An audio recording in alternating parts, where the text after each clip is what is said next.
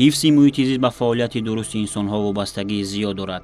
انسانیت در دوره فعالیت خود بعضا وقت خودسرانه و بعضا وقت از روی کم بودن معرفت اکولوژی به محیط سالم تاثیر ناگوار می‌رساند. این تاثیر به طبیعت البته خطر به محیط سبز و حیاتی آسایشده ارگانیسم زنده است. یکی از عامل‌هایی که به محیط زیست و نامساعدی وضع اکولوژی باعث می‌گردد این رشد دادن ساحه انرژتیک از حساب منبع‌های برقرار نشونده میباشد. حفظ محیط زیست در اکثر دولت‌های دنیا از ساحه انرژتیک بیشتر آسیب می‌بیند و خوشبختانه چیزی که گفتیم در سطح جمهوری ما ساحه انرژتیک در منبع‌های برقرار شونده انرژی که استحصال می‌شود، یعنی محیط زیست جمهوری تاجیکستان نسبت به دیگر دولت‌های همجوار و دولت‌های منطقه قلای میباشد. انرژی برقرار شونده اصلا انرژی است که به طبیعت ضرری بس و کم داشته برای رشد اکولوژی کره زمین منفعت آور میباشد. در قرن 21 انرژتیک به یکی از عامل‌های مهمترین هستی دولت‌های عالم تبدیل یافته، به رشد انرژتیک پیشرفت ساحه‌های اقتصادیات و اجتماعیات غیر امکان گردیده است. البته به رشد ساحه انرژتیک پیشروی سمت‌های گوناگون این یا آن کشور غیر امکان است. از این رو امروز تمام کشورها راه‌های آلترناتیوی ترقیات انرژتیک را به راه مانند انرژی از نگاه اکولوژی تازه را که تاثیر منفیش به طبیعت و هوای اتمسفری نمی‌رسد استحصال نمایند. در جهان معاصر امروزه در تمام مملکت‌های دنیا برای رشد دادن ساحه انرژتیک با نظر داشت زیاد شدن اهالی کره زمین سعی و کوشش زیادی به خرج داده ایستادند، چون که ترقی دادن تمام اقتصادیات و اجتماعیات مملکت‌ها در زمینه انرژتیک رشد داده می‌شود. از معلومات عمومی برمی‌آید که امروز در کره زمین 19% تولید انرژی این وابسته است به انرژی سبز، یعنی انرژی برقرار شونده میگویند. چون که رشد منظم ساحه‌های دیگر اقتصادیات از انرژتیک وابستگی دارد. چون به ارزش‌های علمی نظر افکنیم روشن می‌گردد که هر یک دولت در ارتباط با این مسائل مناسبت مخصوص خود را دارد. گپ در سر آن است که در این زمینه همچنین پیامدهای نامطلوب هم در رشد دادن ساحه انرژتیک موجود است. استفاده برای روزافزونی انرژی به آن وادار می‌نماید که از انرژی‌های برقرار شونده ما استفاده بریم، یعنی از انرژی سبز.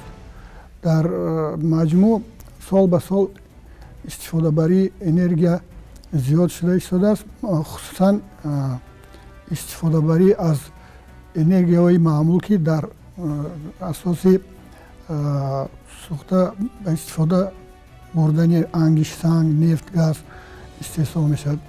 برای همین توجه کارشناسان جامعه به آن روانه کرده شده است که در آینده برای نگاه داشتن محیط زیست، افلاس نشدن آن و برای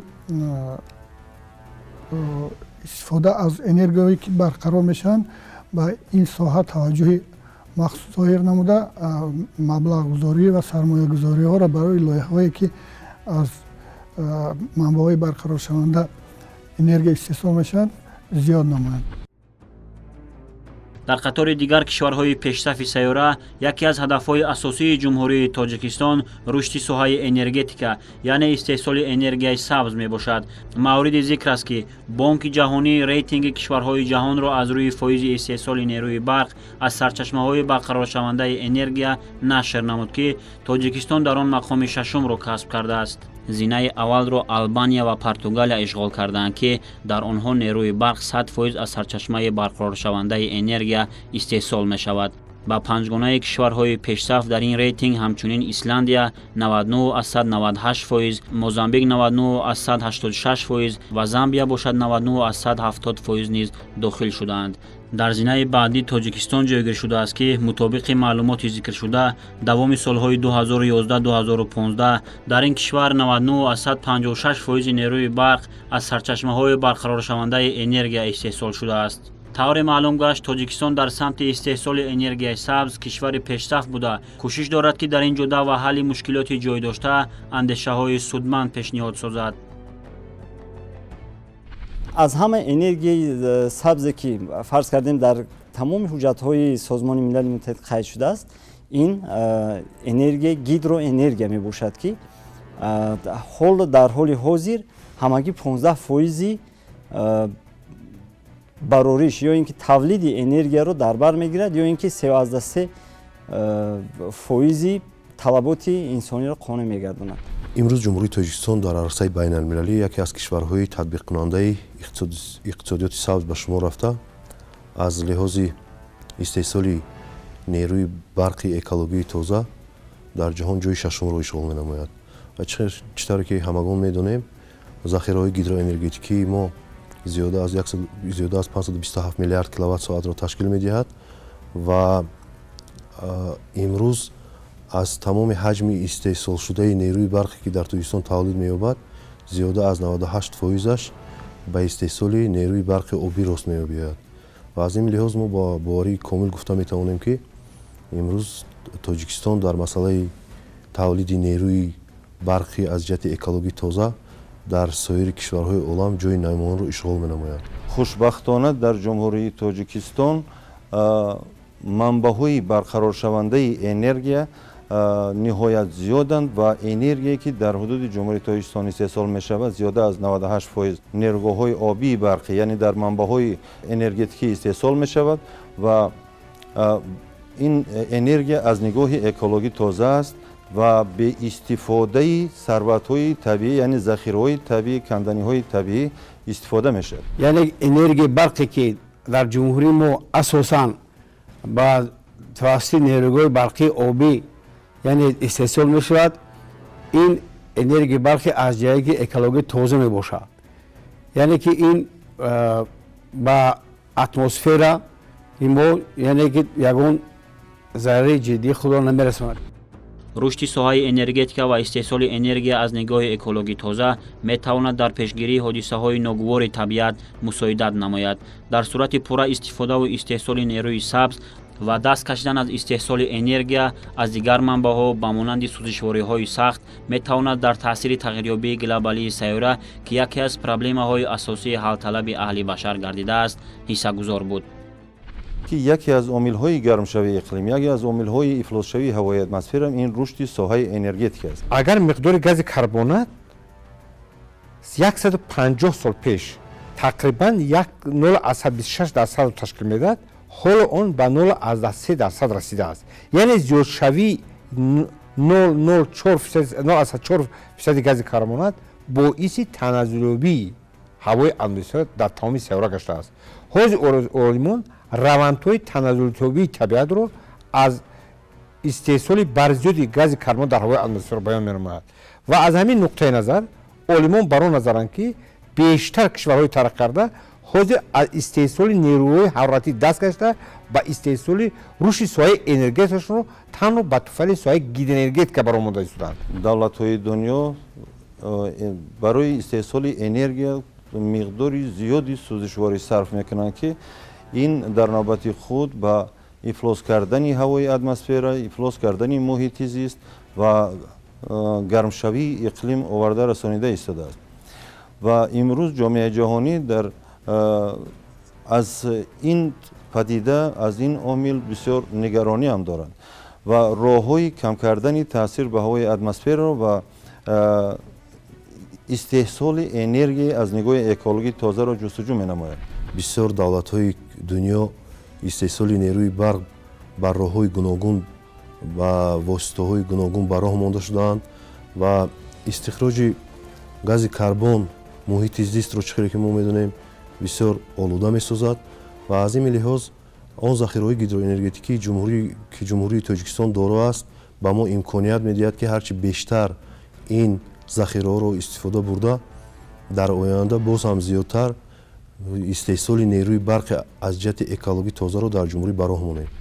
саҳми ҷумҳурии Тоҷикистон дар пешгирии гармшавии иқлим дар минтақа назаррас мебошад, чунки рушди соҳаи энергетика ба даст овардани истиқлолияти энергетикӣ яке аз ҳадафҳои стратегияи миллии ҷумҳурии тоҷикистон маҳсуб меёфт ва хушбахтона ин ҷумҳурии тоҷикистон халқи тоҷик ба ин дастовард сазовор гаштем. таъсири тоҷикистон дар гармшавии глобалии иқлим ночиз аст, аммо ба ҳама ин нигоҳ накарда ҳукумати ҷумҳурии тоҷикистон идеяҳо ё ин ки барномаҳои дар созмони милали муттаҳид баррасӣ мекунад ки барои рушди энергияи сабз, барои истифодаи оқилонаи захираҳои табиӣ аз ҷумла захираҳои обӣ мусоидат карда истодааст.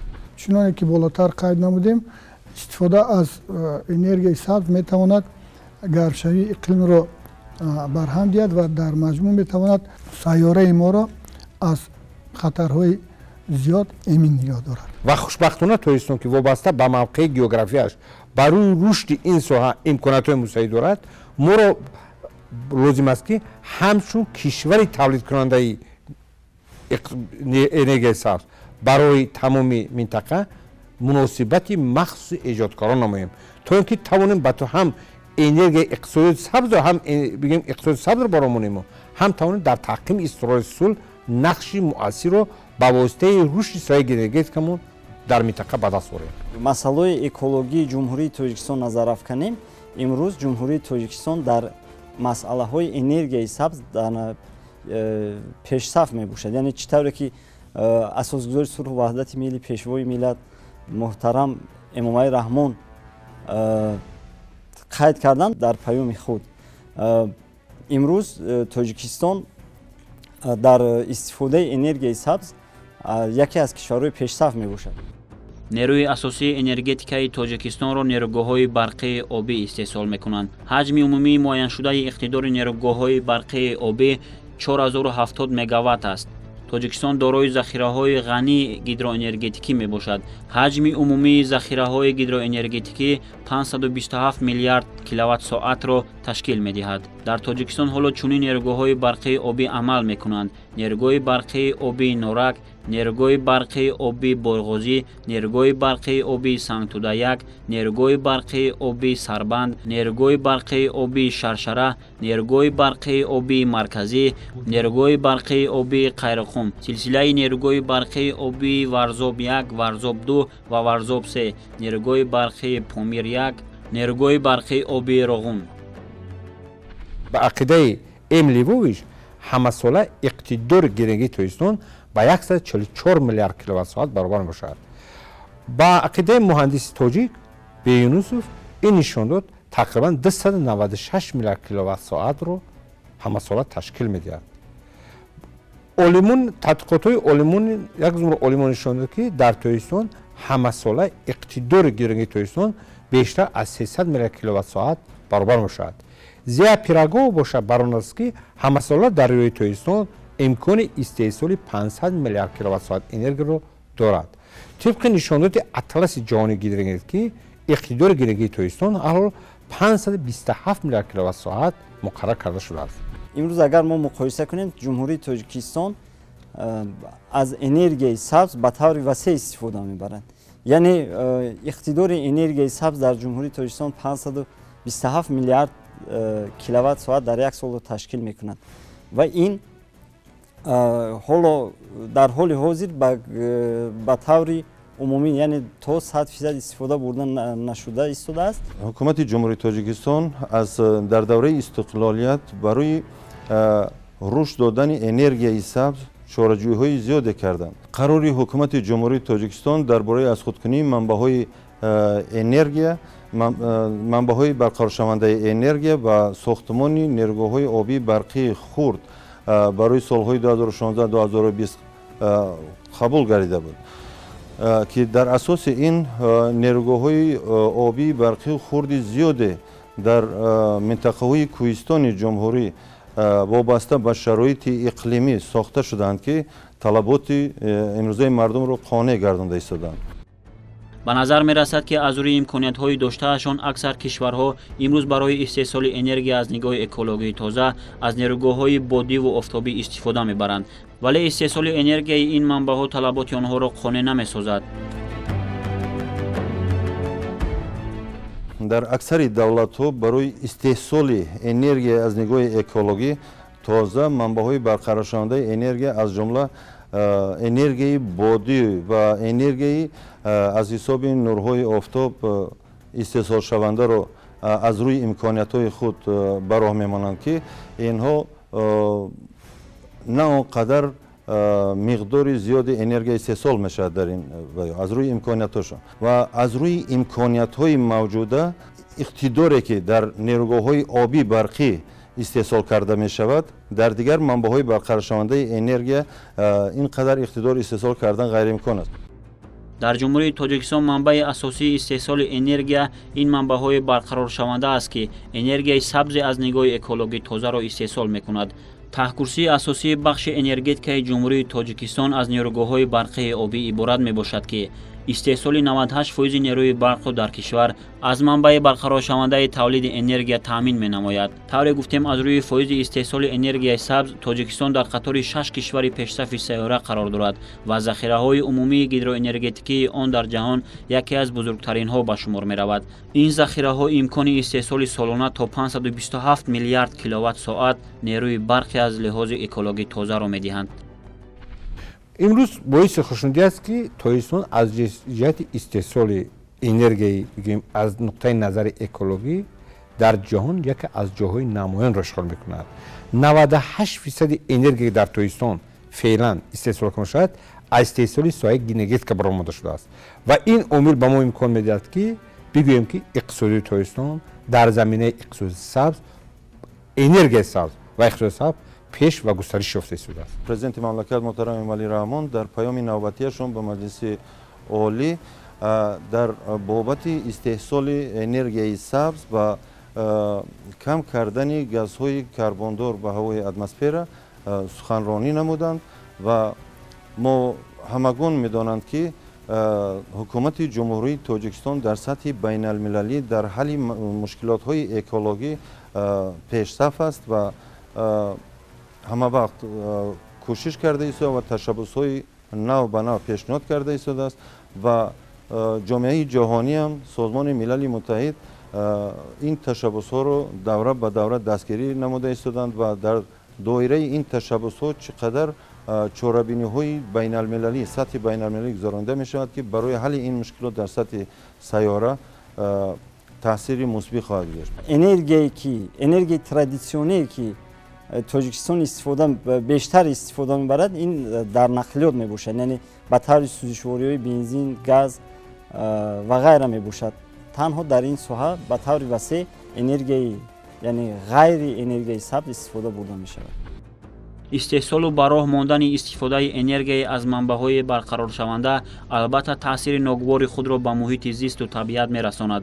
дар самти кам кардани таъсиррасонӣ ба тағйирёбии иқлим, ки яке аз мушкилоти глобалии солҳои охир дониста мешавад, кам кардан ва пурра даст кашидан аз истеҳсоли энергияи аз манбаъҳои барқарорнашаванда метавонад то андозае мусоидат намояд. бояд қайд намуд, ки ташвиши коршиносони ҷаҳон дар он аст, ки аз сабаби истифода бурдани сӯзишвориҳои карбогидратӣ иқлим гарм шуда дар маҷмӯъ ин метавонад ба як ҳодисаҳои нохуш дар ҷаҳон оварда расонад. тамоми мамлакатҳои дунё бояд, ки дастҷамъона барои ҳалли ин мушкилот кӯшиш намоянд, чунки аз рӯи маълумотҳои ташкилоти тандурустии байналмилалӣ ҳар сол аз рӯи ифлосии ҳаво қариб 7 миллион нафар бо марги барвақтӣ аз дунё мегузарад. боиси тавозуни об дар кураи замин мегардад ва ба ҳамаи мо маълум аст, ки хатарҳое ки вобаста ба об чӣ дар ҷумҳурии тоҷикистон, чӣ дар дигар кишварҳо боиси оқибатҳои иқтисодӣ, яъне кризисҳои иқтисодӣ гашта истодааст. аксари давлатҳо аз стансияҳои атомӣ истифода мекунанд, баъзан давлатҳои дигар аз сӯзишвориҳои сахт аз ҷумла ангишт, аз гази табиӣ ва дигар сӯзишвориҳо бо мақсади истеҳсоли энергияи электрикӣ истифода менамоянд. кӯшиши институтҳои экологӣ дар он аст, ки энергияи барқароршаванда ба таври васеъ истифода бурда шавад. به ساحه انرژتیک دیگر ساحه‌های مختلفی خواجه خلق ترقی یافته نمیتواند.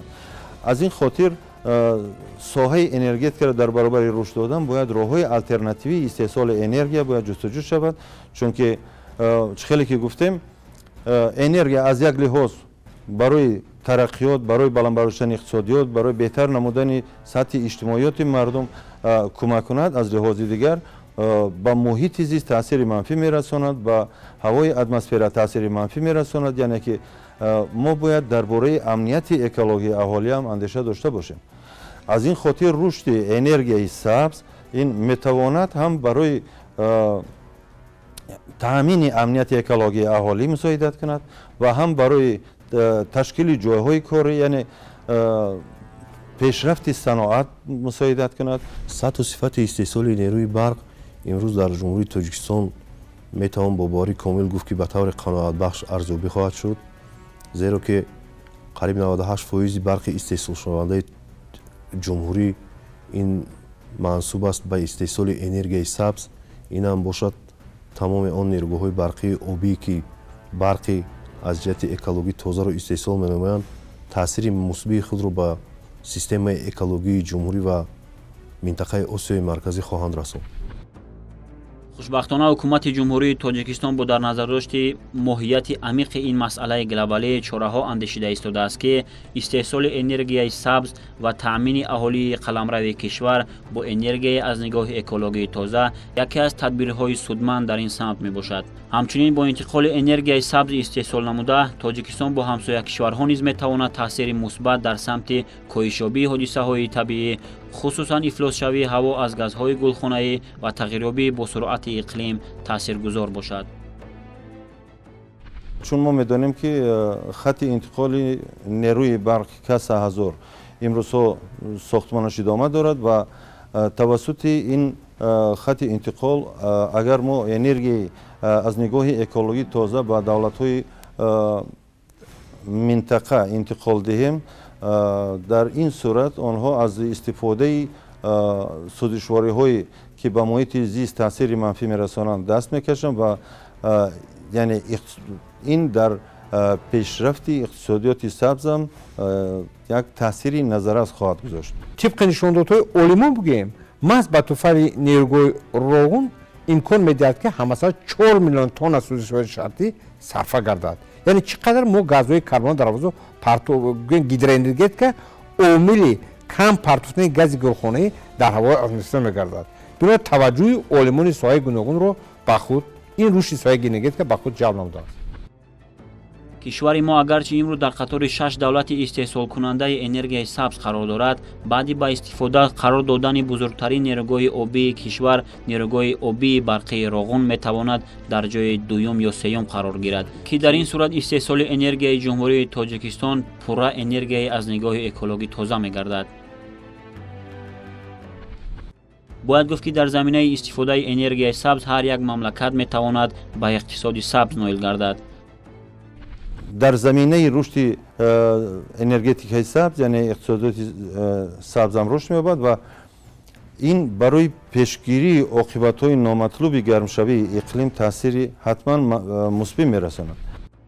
از حساب‌های آماری پیداست که عین حال در سیاره 19% تولید انرژی وابسته است به انرژی سبز. البته این حساب در سطح جهانی خیلی پست ارزیابی می‌گردد. برای عاقلانه استفاده نمودن ثروت‌های طبیعی، استحصال انرژی از حساب منبع‌های برقرار شونده و منفعت بخش به طبیعت و محیط زیست تمام کشور و سازمان‌های بین المللی را می‌باید در این سمت چاره‌جویی‌ها نمایند. در صورتی که پرابلم اساسی امروزه جامعه جهانی تغییریابی وضع ناگوار اقلیم به حساب می‌رود، پس برای به فضای اتمسفری پرتاب نکردن پسمانده‌های کارخانه‌های صنعتی، استفاده منبع‌های برقرار نشونده، گازهای گلخانه‌ای و دو اکسید کربن باید همه مملکت‌ها به استحصال انرژی سبز پردازند، زیرا رشد تمام ساحه‌های کشور به ساحه انرژتیک وابسته کل دارد.